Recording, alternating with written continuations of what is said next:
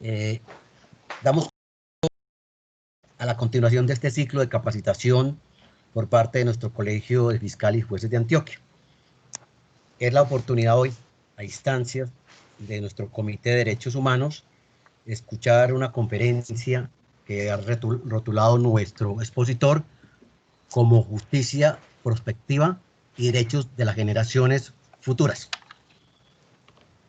Sea lo primero entonces a nuestro expositor darle agradecimiento por parte del colegio y del citado comité de trabajo por abrir su valioso tiempo que tiene en su agenda y poder acompañarlo en esta tarde con ese tema tan importante y tan novedoso para todos nosotros los afiliados. Igualmente, a todos ustedes, queridísimos colegiados, les agradecemos de nuevo que podamos contar con ustedes, con su participación, aún en esta etapa tan aciaga que todos estamos viviendo y atravesando, pero esto nos motiva, la participación de ustedes en esta clase de eventos, a continuar apostándole a la razón de ser de nuestro colegio, de la actual junta directiva, que son precisamente ustedes, queridos colegiados. Al público en general, bienvenido, y también ustedes tienen un espacio en nuestro colegio en estas jornadas académicas. Como les decía, nos acompañará en la tarde del día de hoy el doctor Germán Londoño Carvajal. El doctor Germán es abogado de la Universidad de Antioquia, de nuestra capital antioqueña. Igualmente, es doctor en epistemología y filosofía práctica de la Universidad de La Laguna de España.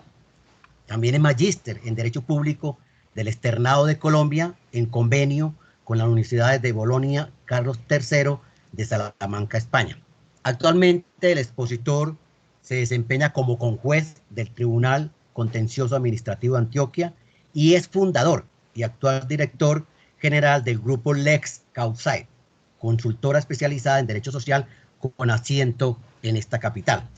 Igualmente, nuestro expositor asesora a la Comisión Legal de Cuentas de nuestra Cámara de Representantes y fue magistrado auxiliar de la Sala de Casación, de la Sala Disciplinaria del Consejo Superior de la Judicatura y presidente de esa sala en la Consejo Seccional de la Judicatura de Cundinamarca en Bogotá.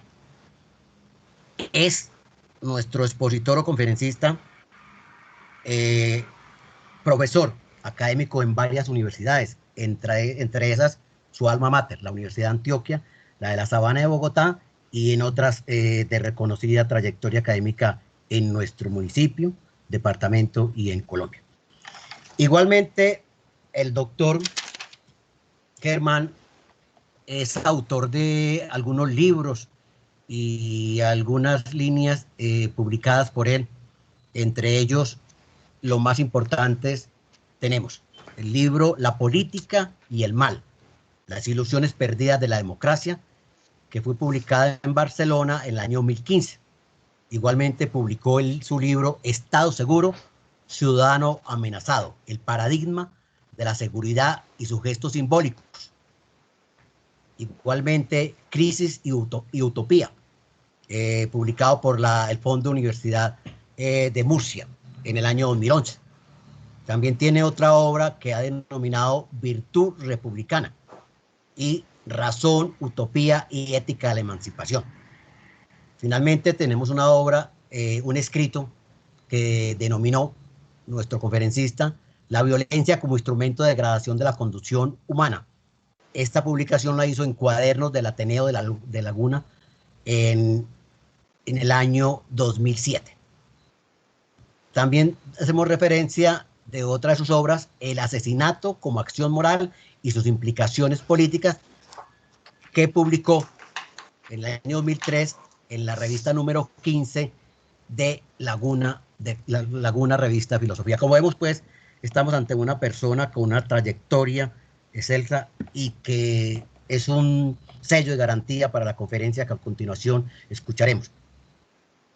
Nuevamente, doctor Londoño Carvajal, muchas gracias por su disponibilidad en su agenda tan apretada, por su compromiso con el colegio y por ese ánimo que siempre, desde que lo buscamos, a través de la conexión con una de las integrantes de nuestro comité de derechos humanos, mostró con el colegio y con la razón de ser de esta clase de actividades que son los afiliados y el público en general. Nuevamente, estimados afiliados, bienvenidos, gracias por su participación y al público en general un estrecho abrazo entonces y que sea todo un éxito esta conversación con el doctor Londoño Carvajal. Vamos a dar unas pautas. El doctor Londoño va a dar una exposición entre 40 y 45 minutos.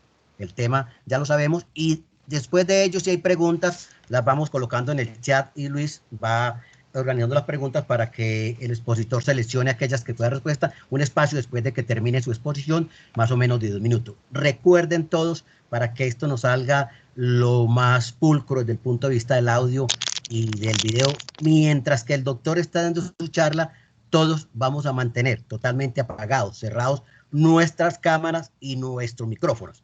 Cuando sea la oportunidad de hacer las preguntas y aquellas que se elijan, cada uno abrirá, si quiere, la cámara, pero sí el micrófono de quien va a hacer la pregunta, lo abre y una vez termine esa gestión, lo cierra para que no haya interferencia entonces con la exposición del expositor. Doctor Londoño Carvajal, nuevamente, gracias por su tiempo y tiene usted la oportunidad entonces de dirigirse a quienes nos acompañan en esta tarde de hoy. Bueno, muy buenas tardes para todos quienes estamos en este momento. Agradecerle al Colegio de Jueces y Fiscales de Antioquia por esta invitación a compartir con ustedes algunas de mis reflexiones académicas y para mí siempre será un placer colaborar, estar presente en las actividades académicas en mi ciudad y particularmente con el Colegio de Jueces y Fiscales de Antioquia, pues hay los afectos de quien estuvo también en la rama judicial y reconoce el que juegan nuestros jueces y nuestros fiscales para la salvaguarda de nuestra democracia y de nuestra institucionalidad. La charla que para el día de hoy en realidad constituye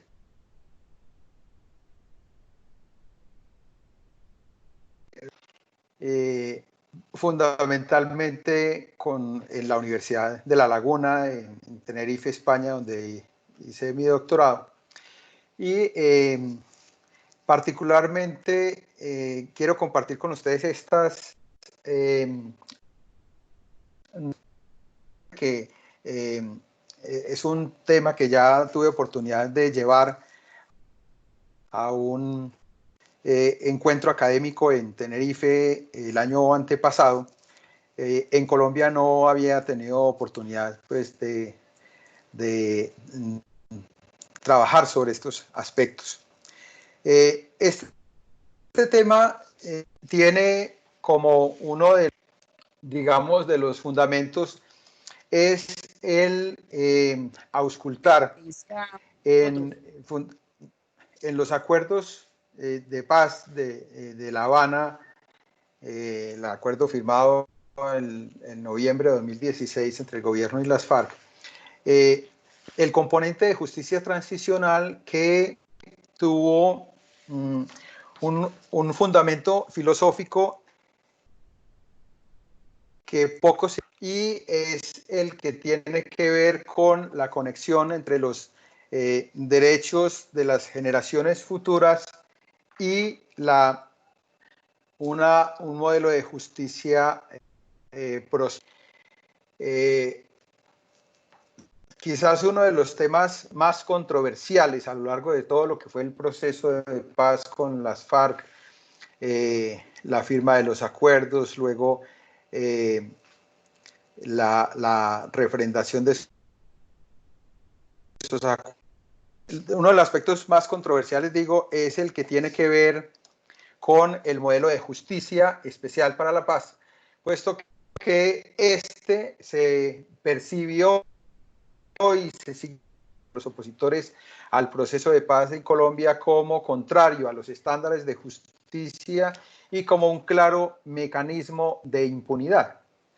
Me referiré entonces al trasfondo filosófico de este modelo de justicia transicional diseñado a partir precisamente del documento conocido como la Declaración Universal de los Derechos Humanos de las Generaciones Futuras, que estuvo en la Universidad de La Laguna, en Tenerife, España, en el año 94, aunque en ninguno de los documentos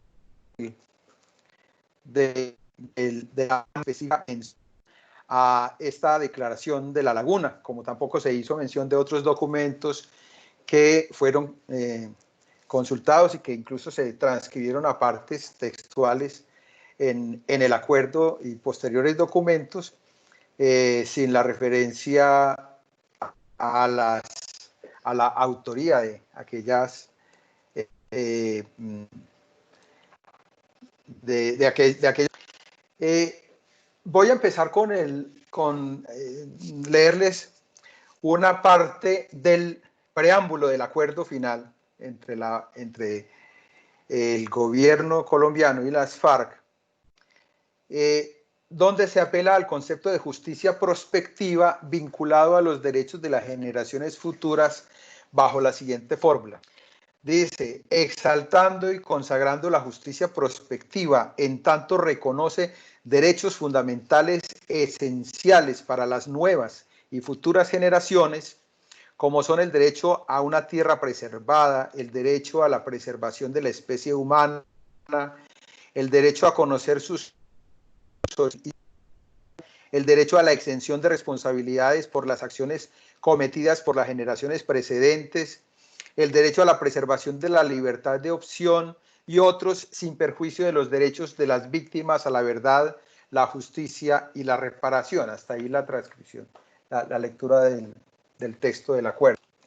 Sin embargo, esa idea de la justicia prospectiva que emerge del reconocimiento de derechos de las generaciones venideras no pasa de ser un postulado que pretende situarse en la teleología del componente de justicia especial para la declaración y no repetición, y pretende hacerlo bajo la categoría de principio fundamental del sistema. Así, en el punto 5 del acuerdo final de La Habana, quedó plasmado. Punto 3. Paradigma del componente de justicia del sistema es la idea de que la comunidad política no es solo una unión de coetáneos, sino también un vínculo entre generaciones que se eslabonan en el tiempo. La justicia es prospectiva en cuanto considera que una época influye ineluctablemente sobre las posteriores. Se trata de una justicia prospectiva, respetuosa de los valores del presente y a la vez preocupada por acabar con conflictos que no deben ser perpetuados en aras de defender los derechos de las futuras generaciones. Hasta ahí la cita. Esa conexión entre justicia prospectiva y los derechos de las generaciones futuras no fue ni mucho menos un invento de los negociadores de La Habana. Como veremos, fue en la Universidad de La Laguna, en la isla de Tenerife, España, donde se abrió hace algunas décadas el debate sobre los derechos de las generaciones futuras y más concretamente sobre la inclusión en esa categoría de dos derechos. Por un lado, el derecho a que de manera individual una persona no sea jurídicamente responsable por las acciones u omisiones cometidas en el pasado por individuos con los que se tengan vínculos de parentesco o cualquier otro vínculo étnico o nacional. Y de otro lado, el derecho de las generaciones futuras a ser resguardadas de los azotes de las guerras pasadas. Sin embargo, esa apelación a los derechos de las futuras generaciones y a la justicia transicional en aras de la paz supone, en mi opinión, formular preguntas tales como: 1. ¿Por qué hablar de derechos de las generaciones futuras? 2. ¿En qué sentido podemos hablar de tales derechos? 3. ¿Es válido hablar en el ámbito jurídico de derechos de las generaciones futuras, o es este un postulado cuyo valor solo encuentra sentido en el plano de la ética, de la política y o de la moral? preguntas que también cabrían en idéntico sentido respecto de la justicia prospectiva. Por ejemplo, ¿en realidad existe una justicia que podamos denominar prospectiva? ¿Es válido hablar en el ámbito jurídico de justicia o es este también un concepto que solo encuentra sentido en un discurso ético o político? ¿Se tratará solo de una categoría a dar sustento político a un modelo de justicia transicional en función de la paz?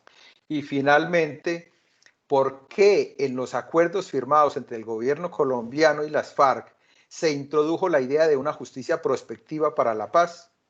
¿Qué relación tiene esta idea de justicia con la ya conocida de justicia transicional? Obviamente no voy a tratar de responder a todas estas preguntas aquí, pero sí me voy a referir en primer lugar a la génesis de los derechos de las generaciones futuras.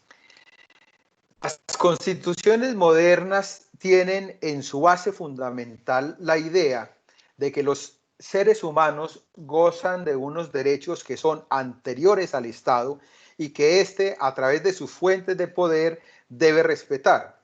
Por eso se nos ha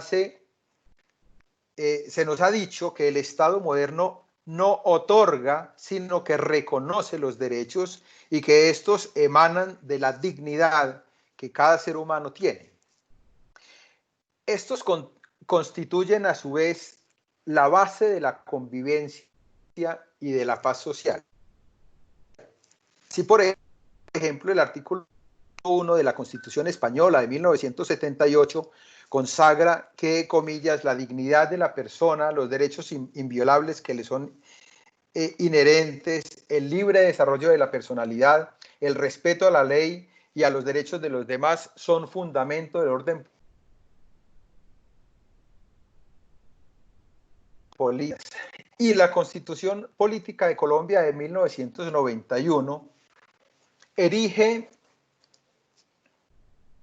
como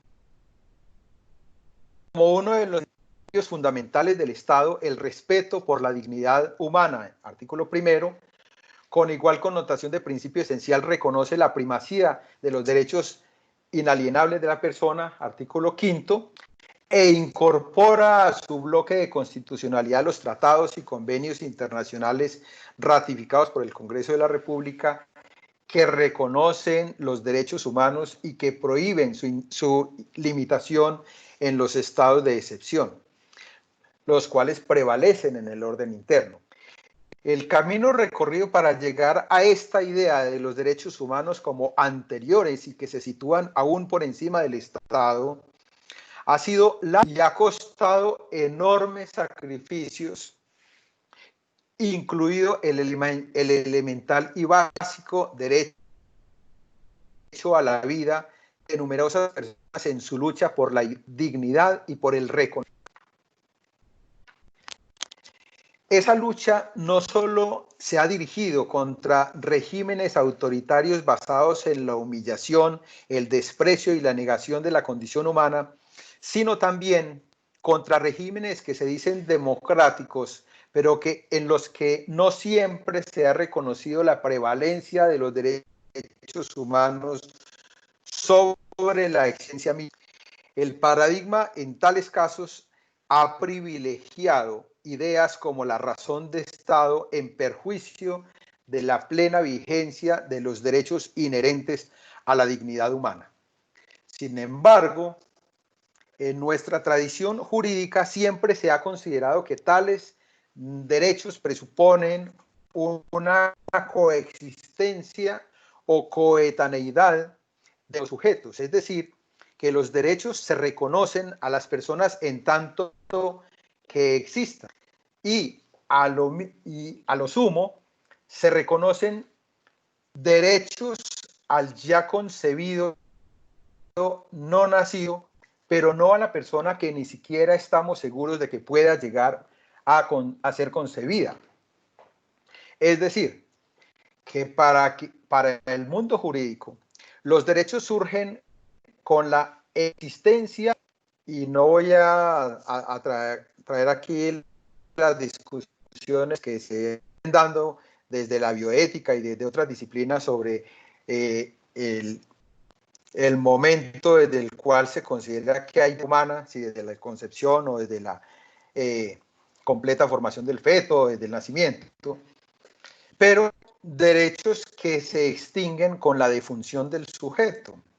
El Código Civil colombiano, por ejemplo, define como personas a todos los individuos de la especie humana, artículo 74, señalando que la existencia legal de toda persona principia al nacer, esto es, al separarse completamente de su madre, y termina con la muerte, artículo 94 del Código Civil colombiano, de tal manera que la criatura que muere en el vientre materno o que perece antes de estar completamente separada de su madre o que no haya sobrevivido a la separación un momento siquiera, se reputará no haber existido jamás, según reza el artículo 90 del Código Civil colombiano.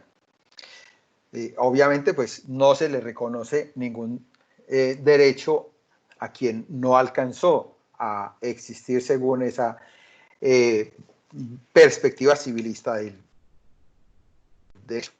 Está la contundencia con la que se limita el goce de derechos exclusivamente a las personas existentes, que las normas civiles contemplan la presunción de muerte para resolver la situación de los derechos de quienes han desaparecido y cuando han pasado 2 años sin haber tenido noticias del ausente bajo ciertos requisitos formales. En tal contexto de circunscribir el reconocimiento jurídico de derechos de manera exclusiva a los seres humanos existentes y no a aquellos que vendrán en el futuro, un postulado en pro de las futuras generaciones, como el contemplado en el preámbulo de la Carta de San Francisco del 26 de junio de 1945, orientado, comillas, a preservar a las generaciones venideras del flagelo de la guerra, no ha pasado de ser un enunciado político que se explica desde el contexto histórico en el que se suscribió aquel acto fundacional de la ONU, que ninguna o muy poca trascendencia ha tenido en el ámbito del derecho. Esto, pese a ser quizás la primera referencia a un derecho de las futuras generaciones, el derecho a ser preservadas de la destrucción causante por las guerras presentes. Empero, fueron las preocupaciones a nivel global sobre las cuestiones medioambientales las que dieron paso a la incorporación del concepto de derechos de las generaciones futuras, si bien en un principio casi de manera exclusiva para referirse al desarrollo sostenible. Así, por ejemplo, el oceanógrafo francés Jacques Cousteau, en un artículo publicado en 1975, titulado precisamente, comillas, una declaración de derechos para las generaciones futuras, fue quizás el primero en referirse a los derechos de las generaciones futuras como concepto que trasciende la idea de los hijos y que va más allá del círculo de los vivos.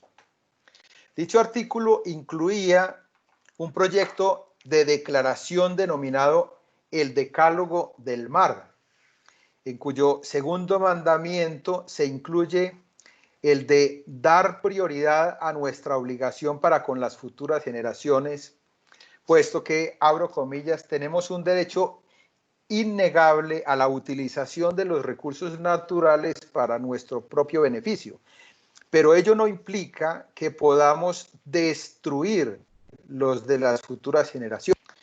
Debemos dejarles, decía Cousteau en su declaración, debemos dejarles los recursos suficientes como para que puedan elegir libremente cómo desean vivir.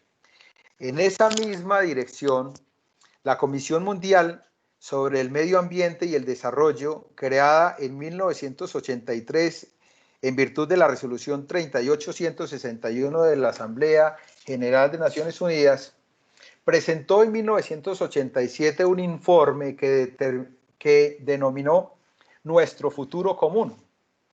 En ese informe centra la atención sobre la idea de que no puede haber un crecimiento económico sostenido sin un medio ambiente sostenible, proponiendo elevar el desarrollo sustentable a la categoría de ética global, la cual girará en torno al reconocimiento de la protección del medio ambiente como fundamento del desarrollo económico y social a largo plazo.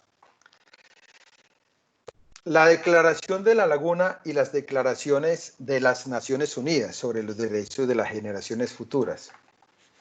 Quizás una de las contribuciones más relevantes en la búsqueda de un reconocimiento jurídico a la noción de derechos de las generaciones futuras se dio en una reunión de expertos organizada por el Instituto Tricontinental de Democracia Parlamentaria y los Derechos Humanos en la Universidad de La Laguna, Tenerife, España, los días 25 y 26 de febrero de 1994, encuentro que fue auspiciado por la UNESCO en cooperación con la Sociedad Cousteau.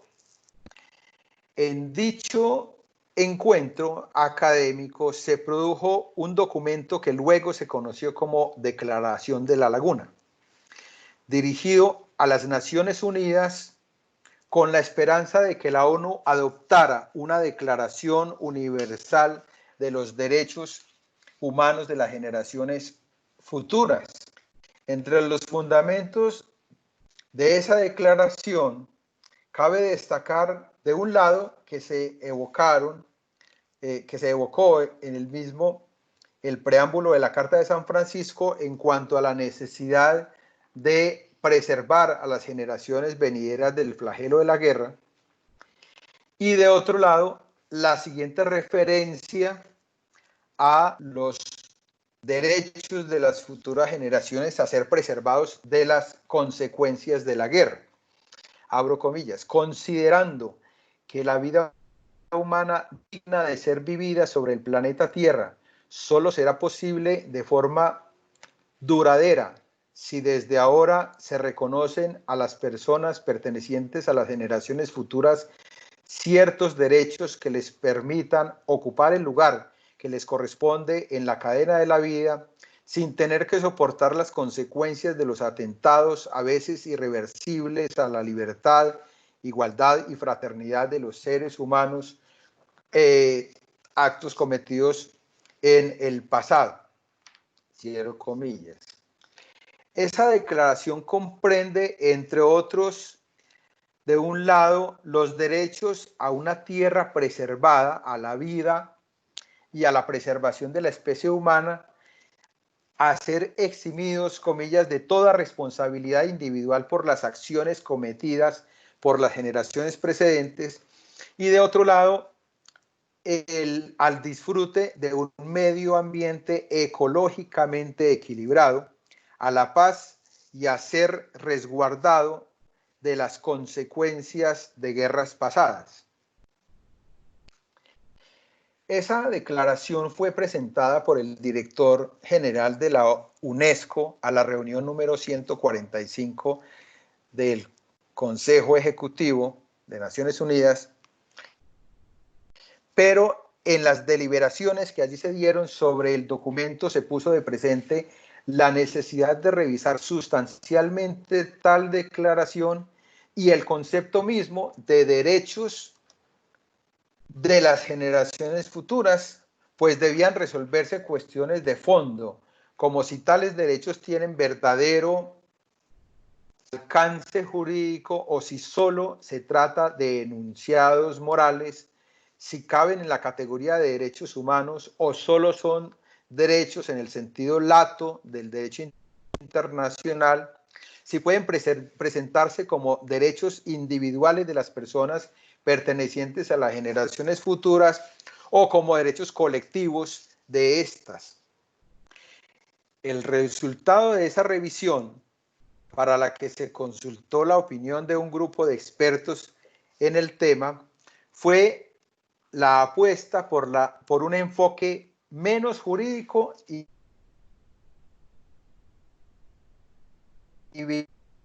responsabilidades deberes y obligaciones de las generaciones actuales. Incluso se llegó a proponer la sustitución de la expresión derechos de las generaciones futuras por la de intereses y necesidades de las generaciones futuras, con la propuesta de concebir la declaración como un instrumento con una fuerza moral y ética y no con un poder jurídicamente vinculante. Finalmente, prevaleciendo estas últimas consideraciones, la Conferencia General de la UNESCO, celebrada el 12 de noviembre de 1997, adoptó la Declaración sobre las responsabilidades de las generaciones actuales para con las generaciones futuras, y en su artículo relativo a la paz, que es el artículo 9, se estableció ese derecho en dos aspectos. El primero, dice, las generaciones actuales deben velar porque tanto ellas como las generaciones futuras aprendan a convivir en un ambiente de paz, seguridad y respeto del derecho internacional, los derechos humanos y las libertades fundamentales. Y dos, las generaciones actuales deben preservar a las generaciones futuras del flagelo de la guerra. Con ese fin, han de evitar que las generaciones futuras sufran las consecuencias perjudiciales ocasionadas por los conflictos armados y otros tipos de agresiones y la utilización de armas contrarios a principios humanitarios. Los derechos de las generaciones futuras y el principio de solidaridad intergeneracional. Nuestra Corte Constitucional, desde el año 2001, ha venido desarrollando una línea jurisprudencial que intenta avanzar en el reconocimiento de los derechos de las generaciones futuras en el discurso jurídico y con alcance normativo. En una de las sentencias más relevantes, la sentencia C-389 de 2016, con ponencia de la magistrada María Victoria Calle Correa, se formuló el concepto de derechos de las futuras generaciones como elemento esencial del desarrollo sostenible, con incidencias en el discurso jurídico y con verdaderos efectos normativos. Aunque no deja de reconocer la dificultad con dicho concepto en el ámbito jurídico, esa sentencia señala que con él no se puede hacer referencia a personas identificables individualmente, sino en términos más genéricos, a la preservación de la especie humana sustentada en un principio de solidaridad intergeneracional, de tal manera que el contenido de los derechos de las generaciones futuras se determina mediante una definición de obligaciones y responsabilidades en cabeza de las generaciones presentes. En esa sentencia de la Corte Constitucional, la C-389 de 2016,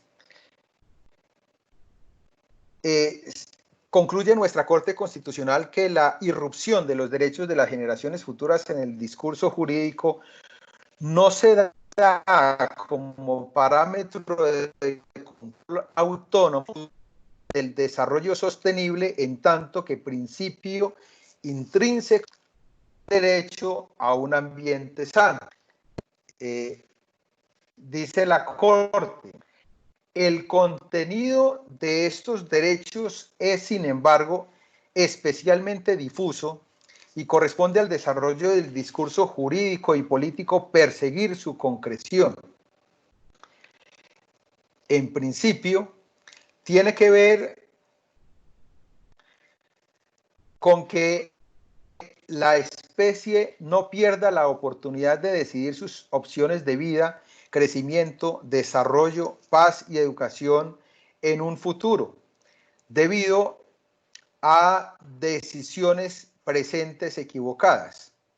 Desde la perspectiva de los derechos subjetivos, traducibles en expectativas exigibles, los derechos de las generaciones futuras, dice la Corte Constitucional, son también una dimensión del derecho al ambiente sano de las personas y generaciones presentes.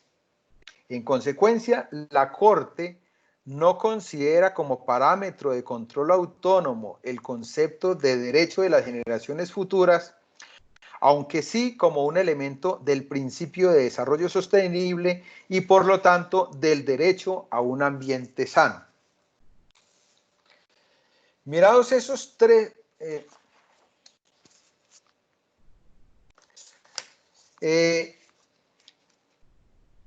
esa línea discursiva de la Corte Constitucional es en la que se sitúa la jurista Edith Braun Weiss, quien argumenta que pueden existir obligaciones sin que exista el titular del derecho, ya que las generaciones futuras no son personas determinadas. Por tanto, la perspectiva de análisis de tales derechos no podría ser la tradicional civilista. Esta jurista propone entonces hablar de justicia intergeneracional, la cual se debe sustentar en tres principios básicos, a saber, primero, la conservación de la diversidad de base de los recursos naturales y culturales. Segundo, el mantenimiento de la calidad de la tierra que garantice su transferencia de una generación con inferiores a las que disfrutó la generación anterior. Y tercero, el otorgamiento de derechos equitativos de una generación a sus miembros para que puedan disfrutar del legado de la generación anterior, conservando igual acceso para las futuras generaciones. Mirados esos tres principios, empero parece que Braun Weiss se inclina más por una formulación ética basada en un principio de responsabilidad de la generación presente frente a las venideras. Los mexicanos Luis Gabriel y Jesús Guillermo Ferrer Ortega, uno jurista y el otro filósofo, proponen los siguientes temas filosóficos que deben tomarse en consideración desde una indagación jurídica sobre conceptos de responsabilidad y justicia intergeneracionales. Primero, la posibilidad de una futurología y una ciencia que se ocupa de los efectos a largo plazo de las acciones técnicas como fundamento de la responsabilidad por futuras generaciones. Segundo, una heurística del temor, acorde al concepto ya introducido por Hans Jonas, en la medida en que una ética para el poder tecnológico vislumbra un escenario de riesgos en el futuro de la humanidad, ella trasciende el ámbito de las comunidades estrictamente contemporáneas, de donde emerge un imperativo ético que nos vincula con las futuras generaciones de seres humanos. Segundo, tercero, una ética del género humano que propone una extensión del concepto de responsabilidad más allá de las redes de interacción contemporáneas, sustentada en un tejido intergeneracional de las acciones. Y por último, una justicia entre generaciones que impone una reflexión filosófica que vincule tanto el plano epistemológico como el plano ético. Justicia prospectiva, la relación jurídica entre generaciones. La dificultad advertida tanto por la UNESCO como por el Tribunal Constitucional colombiano y también por otros autores en la identificación de las generaciones futuras con unos derechos identificables individualmente, parece comprensible si se tiene en cuenta la temporalidad de los derechos subjetivos. Sin embargo, esa limitación temporal al goce de los derechos de las personas en los tiempos que corren parece ser arbitraria. Esta es una cuestión que ya había planteado el jurista y filósofo del derecho uruguayo Juan Llambias de Acevedo en el primer Congreso Nacional de Filosofía celebrado en Mendoza, Argentina, en el año 1949. En este encuentro académico, Llambias de Acevedo se refirió al tema atinente a la relación jurídica ya no entre individuos, sino entre generaciones, a un vínculo entre las generaciones presente y las futuras que fuera más allá de la moral y de la ética. Este profesor uruguayo, que ha sido considerado como uno de los filósofos del derecho más destacados y originales de América Latina, se proponía llamar la atención sobre un aspecto de la dirección prospectiva de la justicia, partiendo de la idea de que los seres humanos no solo de facto determinan el futuro, sino que saben que lo están determinando. Decía Llambias de Acevedo, una generación puede prever las consecuencias que sus acciones tendrán sobre las futuras y quererlas con conciencia clara de lo que serán, o esto poco importa, de cómo ella cree que lo serán. Esta providencia humana emplea para realizarse las técnicas de toda índole que el hombre ha inventado, adaptándolas a su fin. En ellas sobresalen por su importancia y eficacia el derecho y el arte política. Cuando la voluntad de determinación se canaliza en disposiciones jurídicas, decía Llambias de Acevedo, que pretendan vincular a generaciones futuras, ella ha alcanzado su grado más alto. Pero nos encontramos por esta vía, pero no entraríamos por esta vía a un mundo de especulación y de mera ficción al pretender establecer un vínculo jurídico entre un tiempo presente real y concreto y uno que ni existe ni es seguro que llegue a existir. Sin embargo, a diferencia de lo que podemos decir de los seres humanos como sujetos individualmente considerados, para cuyas relaciones es evidente que se requiere de la coexistencia o coetaneidad de los extremos de la relación,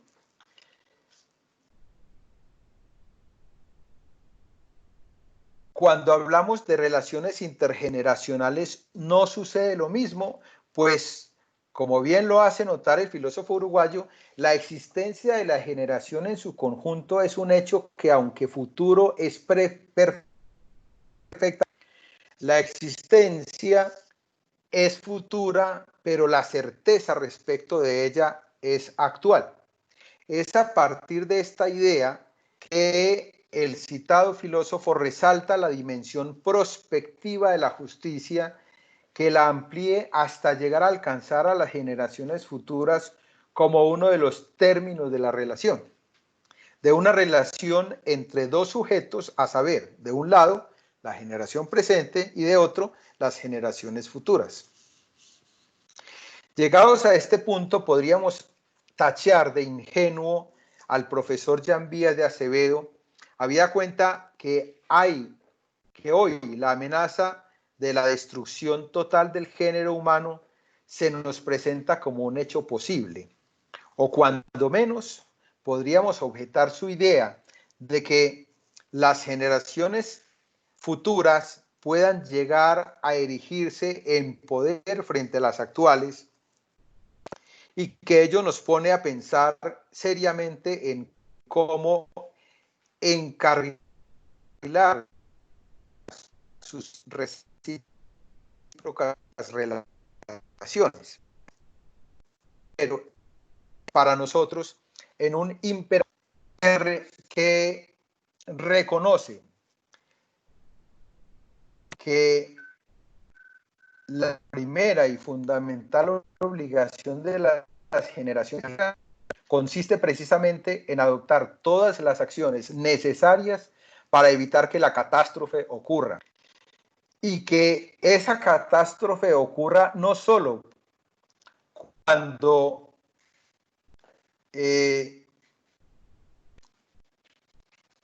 no solo de la no preservación de los derechos a un ambiente adecuado, sino también, y es quizás esto lo más importante, por cuenta de las devastadoras consecuencias de las guerras presentes.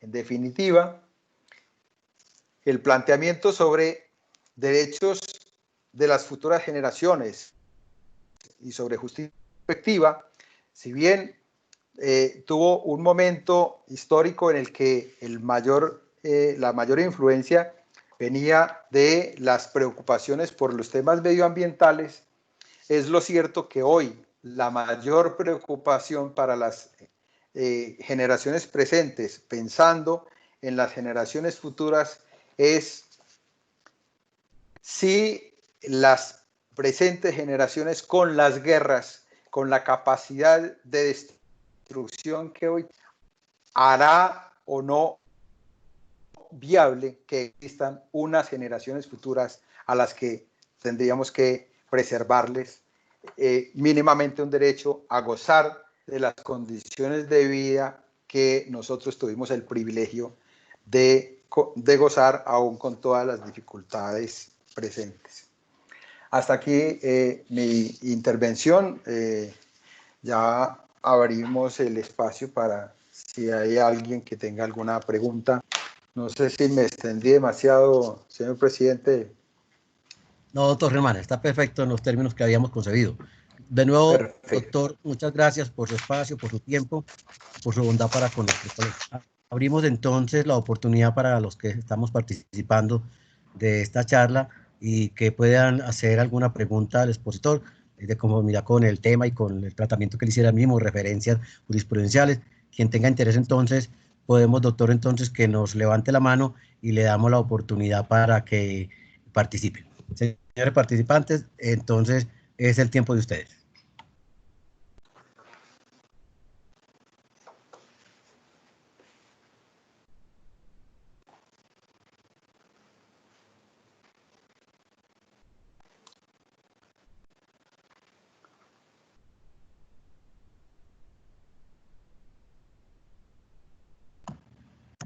Señor Germán, tenemos a Juan Carlos Sepúlveda, le va a hacer una pregunta.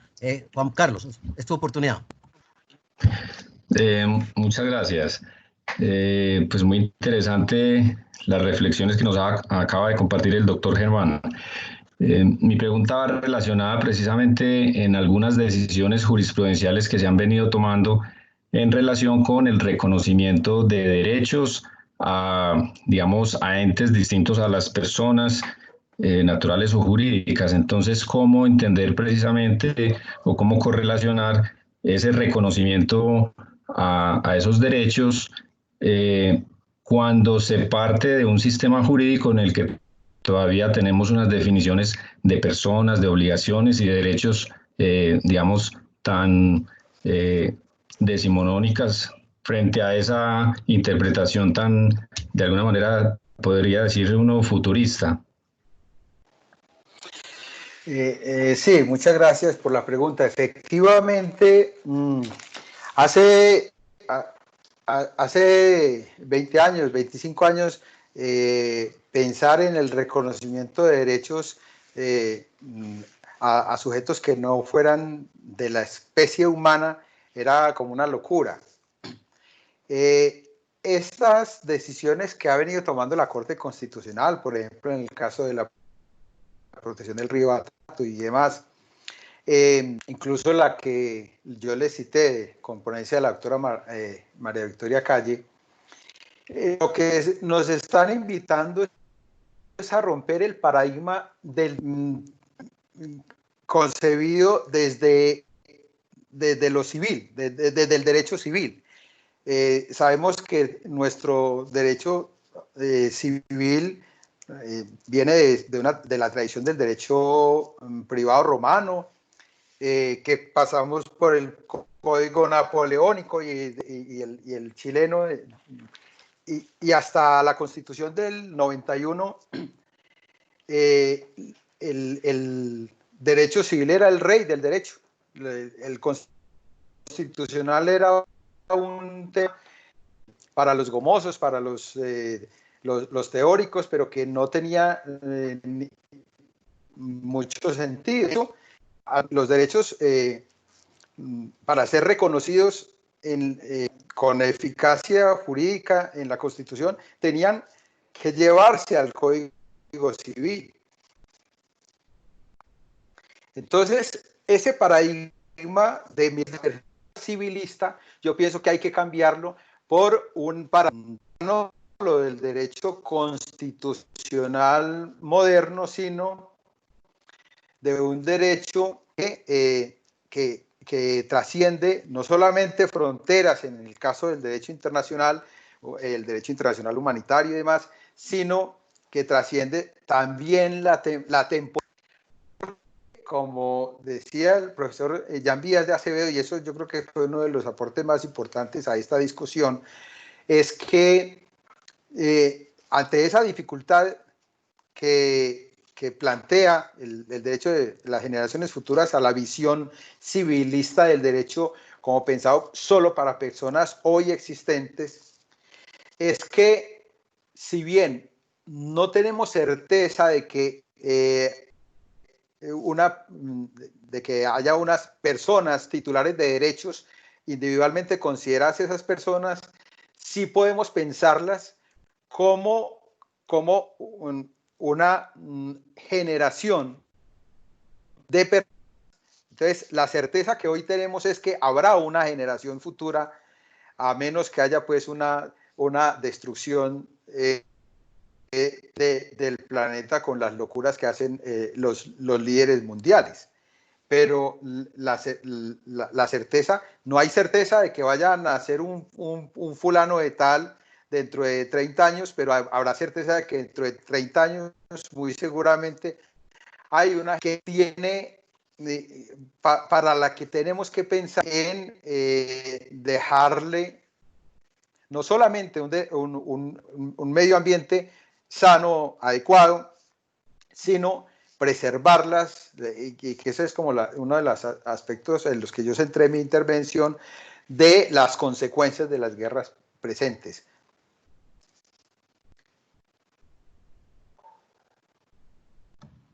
Muy bien, ¿algún otro participante que desee lanzar una pregunta?